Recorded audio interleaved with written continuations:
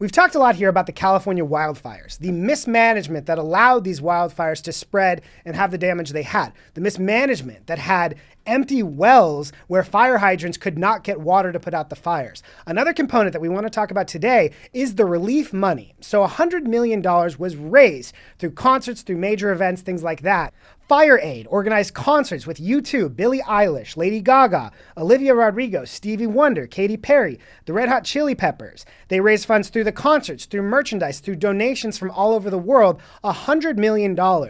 But victims of these wildfires have been saying, where is that money? Is it going to come to any of us? A few investigative journalists dug into this. Thanks to Lee and Sue Pasco, an investigative journalist for Circling the News, we now know that FireAid funds have not gone directly to residents, but instead to nonprofits selected by a charity based on the other side of the country. Turns out these funds are not going directly to victims, but going through an organization called the Annenberg Foundation. The Annenberg Foundation is deciding who to give these grants to based on nonprofit and non-government organizations that have relationships with the Annenberg Foundation. We looked in to some of those non-government organizations that have gotten relief money that was meant for victims of these wildfires. Those groups include some of the frontline support like churches, boys and girls clubs, YMCAs, but also politically affiliated groups like the NAACP, the California Conservation Corps, which trains young climate activists. $7 million went to, quote, relief groups, unquote, which include the California Native Vote Project, a group that purports to stand with our undocumented relatives,